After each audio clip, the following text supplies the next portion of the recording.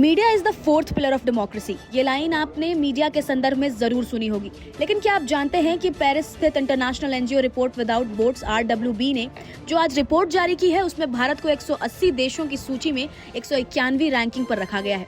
जारी हुई इस इंडेक्स में इरिट्रिया सबसे निचले पायदान पर है और नॉर्वे पहले पायदान पर है। जारी इंडेक्स में भूटान, पाकिस्तान, तुर्की, फिलिस्तीन, चीन, रूस, अफगानिस्तान, सीरिया और उत्तर कोरिया को भारत से नीचे रखा गया है। तो चलिए आपको बताते हैं वर्ल्ड प्रेस फ्रीडम इंडेक्स 2025 के बारे में विस्तार से। दरअसल 3 मई को दुनिया भर में वर्ल्ड प्रेस फ्रीडम डे मनाया जाता है। इसी दिन दुनिया भर के देशों में मीडिया की स्थिति और स्वतंत्रता पर आधारित एक इंडेक्स जारी की जाती है।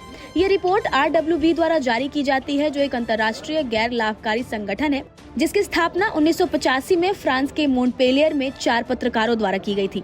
RWB हर इंसान के मुफ्त और विश्वसनीय जानकारी तक पहुंच के अधिकार की रक्षा के लिए काम करता है। RWB को संयुक्त राष्ट्र, यूनेस्को, यूरोप परिषद और अंतर्राष्ट्रीय के साथ परामर्शदात्री दर्जा प्राप्त है। इसे इंडेक्स के आधार पर पता चलता है कि इस देश में मीडिया को काम करने की कितनी स्वतंत्रता है। चलिए आपको बताते हैं कि पिछले 5 साल में प्रेस फ्रीडम इंडेक्स में भारत की रैंकिंग क्या है। 2021 में 142वें नंबर पर, 2022 में 150वें रैंक पर, 2023 में 161वें रैंक पर, 2024 में 159वें रैंक पर और 2025 में 191वें रैंक पर। फंडिंग की कमी से जूझ रहा दुनिया भर का मीडिया। RWB के रिपोर्ट में कहा गया कि वर्ल्ड प्रेस फ्रीडम इंडेक्स के आज तक के इतिहास में इकोनॉमिक इंडिकेटर अपने सबसे निचले स्तर पर है। दुनिया भर का मीडिया फंडिंग की कटौती से जूझ रहा है। इंफॉर्मेशन के संसाधनों पर गूगल, एप्पल, फेसबुक, अमेज़न और माइक्रोसॉफ्ट जैसी टेक कंपनियों के दबदबे की वजह से मीडिया को और ज्यादा आर्थिक दिक्कतों का सामना करना पड़ रहा है। पहले जो विज्ञापन मीडिया आउटलेट्स को मिलते थे, अब उनका एक बड़ा हिस्सा इन टेक प्लेटफॉर्म्स को मिल रहा है। रिपोर्ट में कहा गया है कि डोनाल्ड ट्रंप के सत्ता में आने के बाद अमेरिका में भी प्रेस की स्थिति में गिरावट आई है। इंडेक्स में अमेरिका 97वें पायदान पर है, जबकि पिछले साल उसकी रैंकिंग 55 पर थी।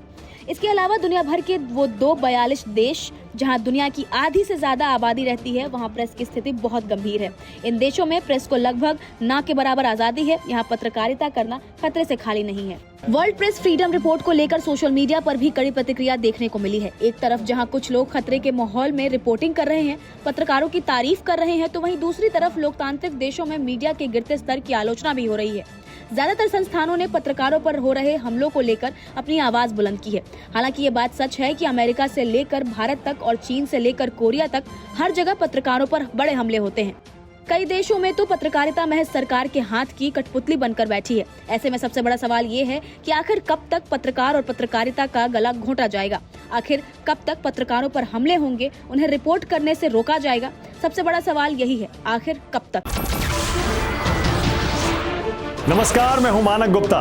अगर आपको हमारा ये वीडियो पसंद आया हो तो इसे लाइक और शेयर जरूर करें, और हाँ, हमें सब्सक्राइब और फॉलो करना ना भूलें ताकि आप देश और दुनिया की कोई खबर मिस ना करें।